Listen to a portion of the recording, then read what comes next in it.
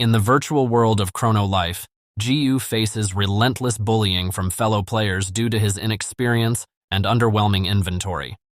Repeatedly rejected by party after party, Ji-Yu's hope diminishes until a girl approaches him with an invitation to join her party. However, this invite turns out to be a deceitful trap, as she leads him into a treacherous forest only to launch a surprise attack, cutting him down both physically and verbally. Ji-Yu revives in a safe haven, where he decides to fortify his gear using the Hammer of Reinforcement. Unfortunately, his efforts result in a devastating failure, destroying all of his equipment. Ji-Yu finds himself sitting in a pitiable state, until a seemingly new player appears before him. This player, out of compassion or perhaps mere boredom, presents Ji-Yu with the default weapon for beginners, an unassuming wooden stick.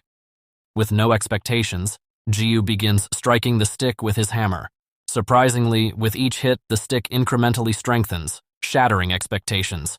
Ji-Yu continues to strike the stick repeatedly, driven by a mix of wonder and boredom. Gradually, the stick reaches an unprecedented level of enhancement, a feat unseen in the game before. Carefully, Ji-Yu picks up the wooden stick, but to his dismay, a fumbled grasp sends the stick hurtling toward the ground below, triggering an astonishing and chaotic event. In a blink of an eye, the continent fractures, obliterating all players in its path and setting an astounding record. 850,617 players simultaneously experiencing a devastating game over. Ji-Yu reflects on his former life in the real world, realizing how this seemingly insignificant wooden stick has thrust him into the role of the game's protagonist. After using it twice, the weapon's durability decreases by 3 points, implying that Ji-Yu only has 3 more strikes before it shatters. Determined to make the most of it, he embarks on a journey to the Ravine of the Deceased, confronting the game's mightiest boss, the 3-headed dragon Urus. As the battle ensues, Urus's second head attempts to reason with Ji-Yu, but the Ji-Yu swiftly eliminates it without hesitation. Weakened and aware of Ji-Yu's weapon's fragility, Urus proposes an irresistible proposition. He offers to become Ji-Yu's weapon, transforming into the legendary Ego Sword, the highest-ranking weapon in Chrono Life. Urus's soul merges with Ji-Yu's existing weapon, elevating its rank to Ego and granting it limitless durability. Empowered by his newfound strength, Ji-Yu prepares for vengeance. Meanwhile, authorities offer an excessive sum of 10 billion gold to players worldwide in exchange for capturing Ji-Yu. This significant bounty arises from his merciless slaughter of over 800,000 users in a single day. Onlookers stare in awe as the leaders of the 5 strongest guilds around the globe assemble, forming an unprecedented alliance with the sole purpose of capturing the infamous player killer. As Ji-Yu revels in his newfound weapon, he is taken aback when a spirit emerges from it, revealing itself to be Urus, albeit in a considerably squishier form. Initially shocked by the bounty posters plastered throughout the city, Ji-Yu starts to feel a sense of smugness, relishing in the attention that his extraordinary powers have attracted. He begins considering whether he should adopt a covert, overpowered persona, but his plans are abruptly reshaped when he is struck in the back by an arrow from Hawkeye, the supreme commander of the top 5 guild alliance. The arrow pierces Ji-Yu's back, marking a turning point as he removes it. He launches an attack against the guild army, leaving Hawkeye stunned as he witnesses their forces strewn across the battlefield and the capital in ruins.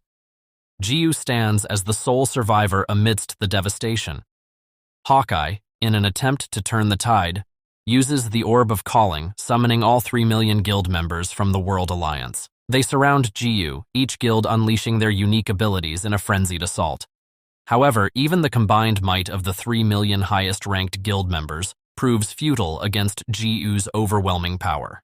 It becomes a massacre, resulting in the annihilation of the entire World Alliance. Just when Ji-Yu believes he has wiped out everyone, a girl appears, a striking coincidence. It dawns on him that she is the very girl who ignited his thirst for vengeance. The girl expresses her amusement over the coincidence of them meeting again. In Ji-Yu's mind, there is no doubt that she deliberately sought him out. After exchanging enough small talk, Ji-yu finally launches an attack only to be bewildered when she withstands it. Undeterred, he launches another assault, yet she continues to survive. Driven by his curiosity, Ji-yu inquires how she managed to withstand his attacks. With an air of amusement, she questions whether he truly believed a mere mortal could vanquish a goddess. Fearless, Ji-yu channels his determination towards attacking the goddess of life, causing the entire continent to tremble under the force. She calmly asserts that his efforts are in vain, reminding him that no matter how mighty he becomes, he will never succeed in killing her. Ji-yu walks away, resolute in unleashing his full power, not to end her life, but to split the very planet itself. The goddess attempts to dissuade him, warning of the impending self-destruction he is courting, but it is too late. Unfazed, Ji-yu coolly declares that one should never provoke someone who has absolutely nothing left to lose. His resolve is unwavering, and no attempts to halt him can alter his course now. In a peculiar orbit, Ji-yu encounters a man. He reveals himself as a god. Ji-yu asks if the man has seen the dark-haired girl, but the god informs him that everyone on the planet has been eliminated, leaving only the two of them. Before the man can answer Ji-yu's further questions, he abruptly departs, asking Ji-yu to convey greetings to the furry guy. And just like that, Ji-yu is logged out of the game. As Ji-yu emerges from his virtual gaming capsule, he is confronted by a man who possesses detailed information about him. This man reveals himself as Deok Choi, the CEO of Chrono Life. Deok Choi discloses that the company intends to seize Ji-yu's wooden stick, but he has different plans.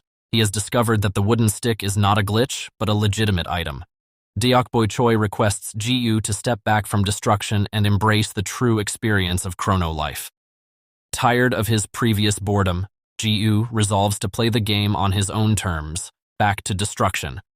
However, his intentions are disrupted when he witnesses a girl surrounded by menacing dragons, ready to attack her. Without a moment's hesitation, Ji-yu leaps to her defense, effortlessly killing the monsters. Impulsively, he asks if she would like to join his party. Ji-yu, lauded as Chrono Life's unrivaled player, faced a barrage of accusations as gamers branded him a nefarious hacker.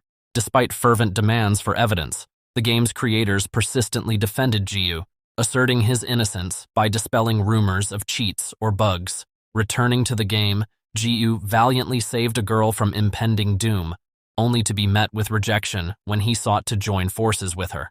Baffled by her strange behavior, Ji-yu discovered that she had closed her eyes during the ordeal. Eager to seize this moment, Ji-yu employed charm to sway her, successfully convincing her to welcome him into her team. Together, they ventured through a dense forest where Ji-yu marveled at her formidable might. However, Urus disclosed a startling truth. Love possessed equipment worth a staggering 100 million won. Love, realizing she had to log out of the game. Soon, Love is back to her true identity as Sarang-han, a renowned solo idol. Sarang-han, the idol sensation, had reigned at the top of the charts for a remarkable 14 weeks. Luv delved back into the game, seeking solace and relief from the pressures of her real-life stardom. Ji-yu had inadvertently become her favorite plaything, providing the perfect outlet for her pent-up frustrations. Love decided to push Ji-yu to test his guts by encouraging him to make his first kill. To conceal his true identity, Ji-yu had practiced precisely how to inflict just enough damage without delivering fatal blows. Impressively, he managed to amaze Love with his skill, leaving the monster wounded. However, fate had other plans in store for them within the treacherous depths of the dungeon. Unbeknownst to Ji-yu and Luv, the Halasan Guild had trailed them. Ji-yu watched as Love valiantly defended them against the attack of the entire guild. Yet, their impressive opposition reached new heights when a girl with the infamous steal skill appeared, openly snatching Luv's precious equipment. Gripped by fear that this thief would steal his wooden stick, Ji-yu swiftly grabbed his weapons and fled. But his efforts were futile, for there stood the thief, holding his precious stick captive. Fortunately for Ji-yu, Urus's soul rebelled, once again restoring Ji-yu as the rightful owner of his wooden stick. Ji-yu lightly tapped Love, causing her to faint temporarily, preserving his aura of being secretly overpowered. Ji-woo swiftly unleashed his devastating power, obliterating the entire Halasan guild. Upon awakening, Luv demanded answers, perplexed by how she had regained her stolen knuckles and why she had been unconscious. In turn, Ji-woo had his own inquiries, seeking to unravel the underlying motives behind the Halasan guild. She told him the guild had become fixated on her after she had bought her knuckles in an auction. Ji-woo found it puzzling. Why would lineagers known for their extravagant spending in the game relentlessly pursue equipment that only cost in the millions? Meanwhile, at the guild's base, the guild leader, Mr. Wang, reassigned the mission to one of the guild's other 4 guardians. However, before they could set out, Ji-woo arrived at their base, determined to halt their nefarious plans. A fierce confrontation ensued, which ended with all of them dropping dead to the ground. As Mr. Wang watched Ji-woo coming towards him, reminisced about his childhood when he had to set aside gaming to embrace adulthood. However, as the CEO of his own company, he had reclaimed his passion for gaming, searching for that thrill he had once cherished, and Chrono Life had offered him a playground where he could attain unrivaled power if he was willing to spend an abundant amount of money. Mr. Wang rose to his feet, demanding to know just how much Ji-woo had spent on this game. He was certain that Ji-woo's spending would be astronomical, possibly reaching into the billions or even trillions. To his bewilderment, Ji-woo had only spent 55,000 won. After Ji-woo left, the same girl known as the Goddess of Life made her entrance. Upon learning that the Halasan Guild would no longer cooperate with her, the goddess cleaved Mr. Wang in half, leaving him no chance at redemption. After annihilating members of the Halasan Guild, Ji-woo achieves the unimaginable, reaching the maximum level in the game, an unprecedented feat that no other player on the planet has accomplished. As he enters the Ascended Plane, he encounters the leader who presides over the Ascended. Recognizing Ji-woo's remarkable achievements, the leader bestows upon him a hidden class, and all the souls of powerful weapons converge within Ji-woo's very being. Swept up in this surge of new power, Ji-woo becomes a master of his chosen path in the game, ascending beyond anything previously seen. However, intoxicated by his newfound might, Ji-woo becomes consumed by an overwhelming desire for a singular attribute, oblivious to the ramifications this decision might have on his overall performance in the game. In a bid to satisfy his insatiable greed, Ji-woo requests the leader to grant him all the weapons held within their 6 hands, hoping to accumulate immeasurable power. To his dismay, the leader denies his request, aware of the consequences such unchecked ambition could bring. Unfazed by the refusal, Ji-woo foolishly challenges the god of classes. Ji-woo had invested all of his points into Constitution, the stat that grants immunity. As a result, no matter how hard the god tried, he couldn't defeat Ji-woo. Eventually, even the god met his end. Ji-woo descended back to his previous location, wielding all of the god's weapons. When he returned to Love, she was furious that he had disappeared for so long. She logged out of the game, asking him to meet her tomorrow at 7:30, emphasizing the importance of being on time. After she left, Ji-woo decided to call it quits for the night and head back. However, on his way, a brilliant idea struck him. He returned to the ravine of the deceased in the game to retrieve the loot he had left when he killed Urus. Selling his in-game equipment could make him a millionaire in real life in the blink of an eye. Ji-woo killed the 3 strongest bosses of Urus's legion. As he defeated each foe, a flood of expensive loot rained down upon him. The more monsters he defeated, the more riches he collected. By the end of the day, his loot pile was valued at 12 billion won. His fantasy became a reality as he transformed into a real-life billionaire. However, this turn of events caused a significant problem for the gaming company, threatening to bring about their collapse. Despite having obtained everything he could ever desire, Ji-woo decided to invest some of his newfound fortune in a lavish new house. Little did he know, an astonishing surprise awaited him. When he went to greet his neighbor, he discovered that it was none other than his in-game partner, Love. Meanwhile, an ominous figure emerged from the shadows. Urakan, the lost head of Urus. He returned with a malevolent purpose, to bring an end to the ravine of the deceased and eradicate all humans. Both Jiyu and Love failed to recognize each other, as their appearances in-game were vastly different. Ready to kill more monsters, Jiyu re-entered the game, only to be taken aback by the absence of any foes. Meanwhile, Urakan pressed on with his quest, mercilessly killing any and all monsters he laid his eyes on, absorbing their powers. His own mother, the goddess of life, appeared before him. She offered guidance and directed him towards the human population, encouraging him to eat up. Driven by a dark hunger, Urakan proceeded to slaughter every human he encountered, plunging the gaming company into chaos. The victims of Urakan's wrath found themselves deleted from the game, causing a great dilemma for the company.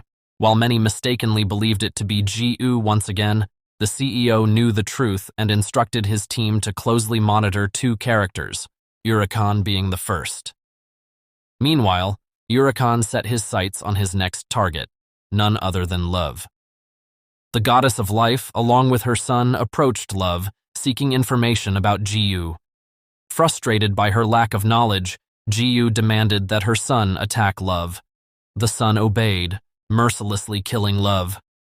As they prepared to move on to their next target, Jiyu suddenly appeared, seething with furious determination. Without hesitation, he challenged Urakan, wasting no time in engaging him in battle. To Jiyu's surprise, Urakan managed to survive his initial attack. Undeterred, Jiyu tapped into the power of the Soul of Swords, readying himself for a stronger, more devastating strike. With a warning to Urakan, Jiyu declared that, for the first time, he would unleash an actual skill, warning him this might hurt. Hawkeye, once the leader of all guilds, had fallen from grace after the Doomsday Incident. Subjected to relentless ridicule, he had lost all his popularity, thanks to Jiyu. Despite surviving the devastating attack orchestrated by Urakan, Hawkeye decided to make a bold move. He went live. He announced to his viewers that he would embark on a quest to reveal the true identity of the monster accountable for the deletion of their characters. As the viewers tuned in to watch the battle between Jiyu and Urakan, they recognized Jiyu as the individual from the Doomsday Incident. During the clash, as Jiyu inflicted injuries upon Urakan, something peculiar occurred. His level started to decrease and the stolen souls returned to their rightful owners. Users began to regain access to their accounts. Luv, too, watched in disbelief as the live stream unfolded on her phone. Driven by the knowledge that defeating Urakan would mean Love's return, Jiyu launched relentless assault. Just as he prepared to deliver a sudden twist occurred. Urakan struck Jiyu, managing to absorb all his stats. Little did Urakan know, Jiyu possessed a healing factor that allowed him to regenerate his body from within Urakan's. Jiyu's head emerged from within Urakan's body, leaving viewers and even Urakan himself in shock. The healing factor Jiyu possessed had not only saved him, but also resulted in the reverse absorption of Urakan's body. Jiyu gained yet another powerful skill called Veracity, allowing him to absorb the levels and stats of his opponents. However, the goddess of life expressed her disappointment over the fierce battle and disappeared once again, leaving unanswered questions. The CEO reminded his team to closely monitor Luna, the goddess of life. Jiyu returned to the village as a celebrated hero, but the sudden overwhelming attention and praise proved to be too much for him to handle. Meanwhile, Luv re-entered the game, seething with fury towards Jiyu for his apparent deceit. Determined to confront him and seek answers, she confronted Jiyu head-on. It was in that moment that Jiyu truly realized who she was. She's his neighbor, Saranghan. Saranghan was forced to face the consequences of revealing her true identity, as her manager expressed anger and concern over the potential impact on her public image. Overwhelmed by the situation, Saranghan couldn't contain her frustration any longer and burst out, expressing her unwillingness to continue living a lie. Feeling trapped in her reality, she sought solace once again in the gaming world that had provided her an escape before. Having gained fame at a young age, Saranghan's childhood was stolen from her by her money-hungry parents. The weight of her past experiences pushed her to her breaking point. However, her tranquility was short-lived when Jiyu found her. As he was apologizing to Love, a monster controlled by Habaek snatched Sarang Han away.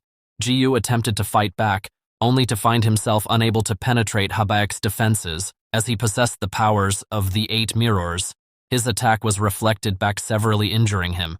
When Luv regained consciousness, she found herself confined in a dungeon, confronted by an astonishing sight. Her own parents stood before her. After retiring from her singing career as a child, Sarang endured relentless physical and mental abuse from her parents. Despite her clear desire to quit, they forced her to continue singing. As her fame faded and the calls stopped coming, her parents crossed a horrifying line by selling her. However, Sarang managed to escape and seek help at a nearby police station, finally putting an end to years of torment. Deeply scarred and haunted by the trauma, Sarang developed a severe repulsion to lying. To escape her pain, she turned to online gaming as a form of solace. Now, confronted with the sight of her parents, she trembled at the memories of their cruelty. Surprisingly, they apologized for their actions and desperately urged her to become a family again. Meanwhile, Ji-yu faced off against Habaek once more. Keeping in mind Habaek's 8 mirrors, Ji-yu tried to devise a strategy. By cracking the mirror, he managed to corner Habaek and demand answers about Luv's kidnapping and the mysterious fragment of God. However, Habaek remained silent, preparing for a final devastating attack. In his final attack, Habaek unleashed a clone of Ji-yu, which obliterated the real Ji-yu. Confused and curious, Urus questioned Habaek about his true intentions, but Habaek skillfully dodged all of his inquiries. In a surprising turn of events, Ji-yu revived thanks to his healing factor, leading to an intense battle between the cloned Ji-yu and the real one. It seemed like an endless struggle as every move Ji-yu made, the clone countered. Meanwhile, Urus persisted in his pursuit of answers. Habaek finally revealed that his sole purpose was to obtain the fragment of God from Sarang Han, which happened to be Love's knuckles. As the battle raged on, Ji-yu shocked everyone by expressing delight in fighting his clone, as it was the first time he had encountered an opponent of equal strength. Dismissing Urus's concerns about the danger of fighting a bot, Ji-yu confidently claimed to have 2 ways to defeat his opponent. Many doubted Ji-yu's ability to defeat the clone, assuming he must be bluffing. However, Ji-yu decided to employ his strategy and prove them wrong. Meanwhile, inside the cave, Sarang's greedy parents pressured her to hand over the knuckles, enticed by Habaek's offer of a sizable sum.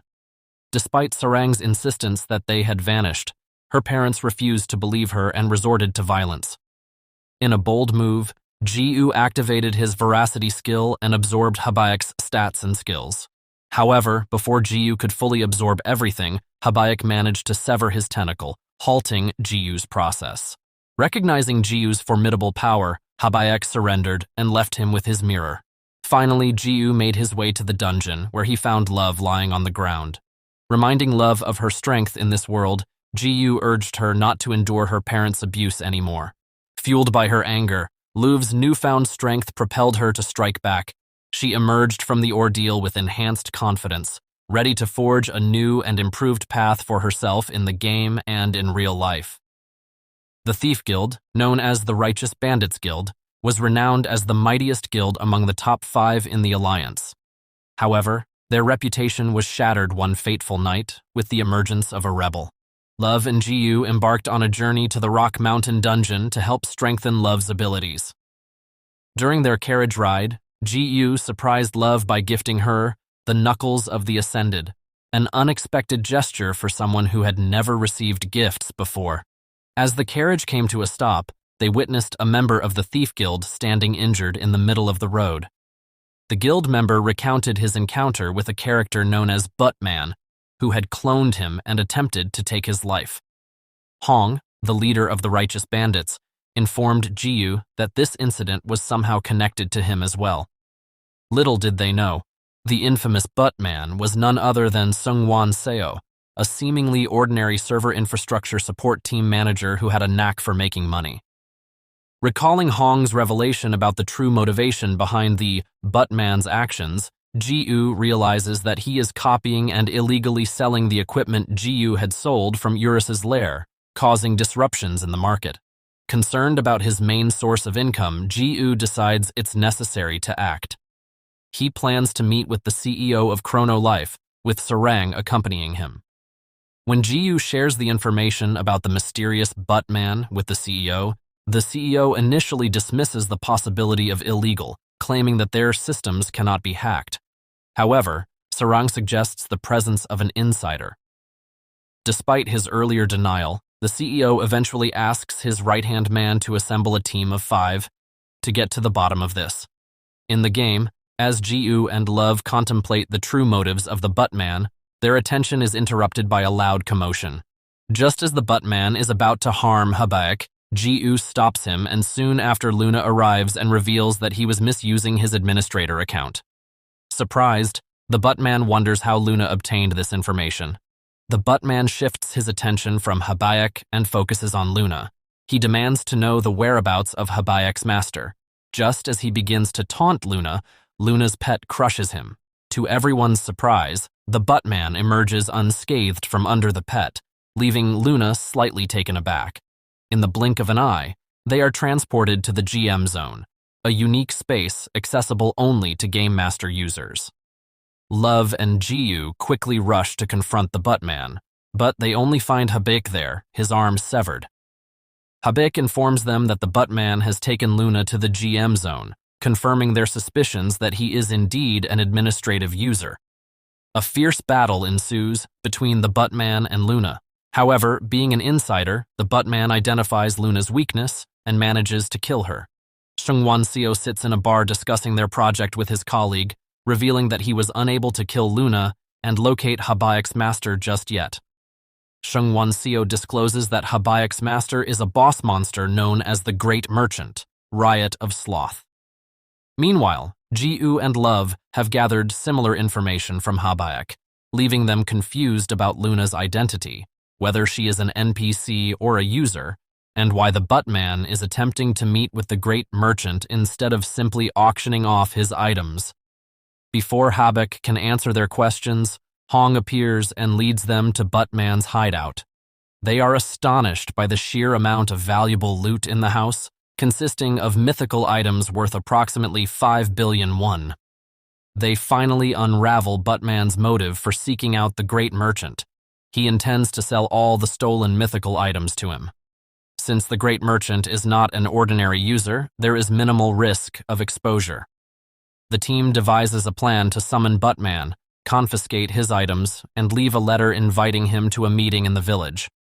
Although Ji-woo attempts to apprehend him peacefully, a fight eventually becomes inevitable. Ji-woo attempts to sting and absorb Butt-man's stats, but is quickly overpowered by his unmatched strength as an administrative user. A violent fight ensues, with Butt-man dominating Ji-woo. However, when Ji-woo manipulates the system controls to his advantage, the dynamic shifts. In a surprising move, Ji-woo summons Deokbae Choi, the CEO of Chrono Life. Earlier, Deokbae had captured one of Seung-won's allies, who spilled all the information they needed. Armed with this knowledge, Ji-woo and Deokbae devise a plan to not only fire Seung-won but also sue him for damages.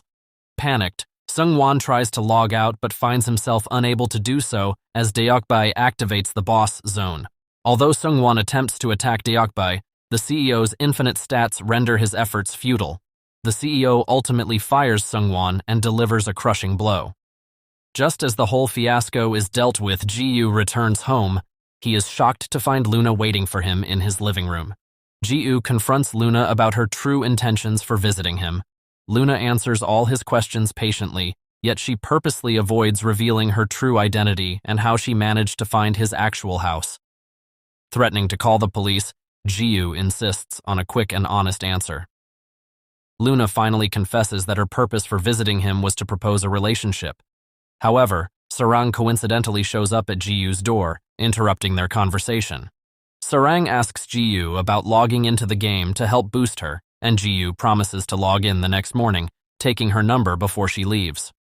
Returning to Luna, she clarifies that she may have miscommunicated and simply wanted Ji-woo to join her party. This brings a wave of relief to Ji-woo. but he ultimately declines the offer since he is already part of a party with Love. In the game, Habaek visits his master and presents Jiyu as the perfect candidate to become one of the 7 deadly sins. Luna watches enviously as Jiyu and Luv farm monsters together, considering whether to interfere, but ultimately deciding to trust Jiyu to handle it himself. Eurus repeatedly explains to Jiyu that boosting won't be effective due to the significant level difference between him and Love. However, Jiyu insists that Eurus find another way to help her. To their surprise, Jiyu ends up sharing some of his power with Eurus, who can manifest it into reality and appear in front of Love. During this, Habaek suddenly arrives, warning Jiyu about the arrival of his eternal master. The group is shocked as Riot, the Almighty, appears in his human form, which happens to be that of a child. Riot immediately directs his anger towards Jiyu, blaming him for causing disruptions in the game. Ignoring the predetermined order, he decided to finish off Eurus first, who was meant to be saved for last. Love attempts to stand up for Jiyu but is quickly overwhelmed by Riot's overwhelming presence. Riot reveals that all the problems created by both Jiyu and Love will soon be eliminated by the strongest human in the history of Chrono life, Yofi, the first brave warrior. Luna plans to revive Yofi, not as a human, but as one of the 7 deadly sins. Yofi, now revived as Rage, rises with a great vengeance. Riot warns Jiyu that Yofi will soon launch a raid against him, ensuring him that he will never be able to defeat the formidable enemy. Jiyu, previously rebellious and aggressive, quickly submits upon learning that it was Riot who had bought and sold his loot at a triple price. He humbly asks Riot to teach him the ways of a great merchant, even addressing him as Sir. Their discussion is abruptly interrupted by Yofi's relentless approach.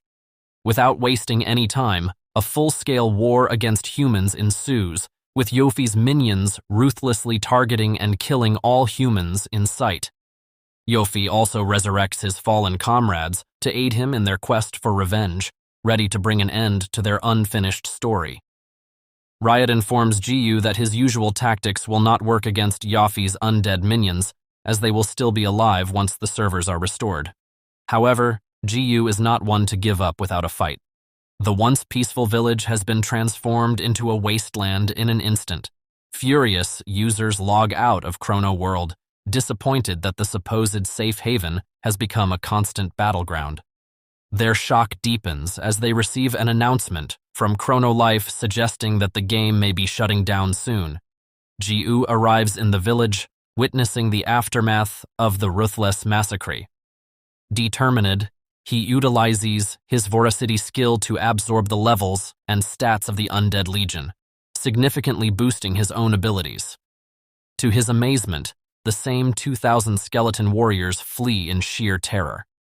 The strongest undead monster, the skeleton dragon, proves to be no match for Jiyu either, as he absorbs its stats as well. Now he has reached the maximum level and stats attainable. Just as Jiyu believes the battle is over, Luna appears. Unexpectedly, she turns off her goddess mode, and before Jiyu can react, she kisses him.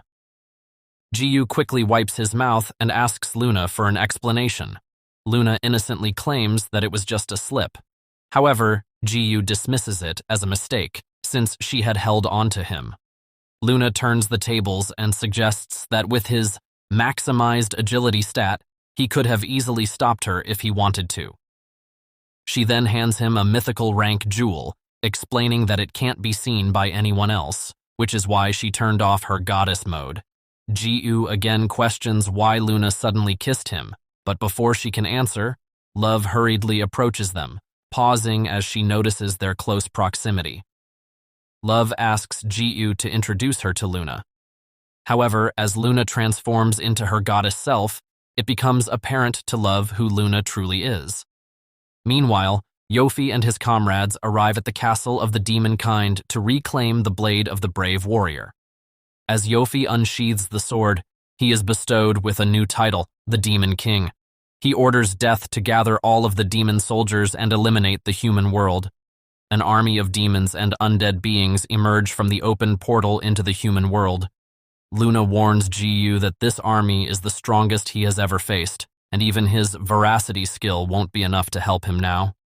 Ji-yu prepares for battle by activating the soul of the cleric and blessing his weapon.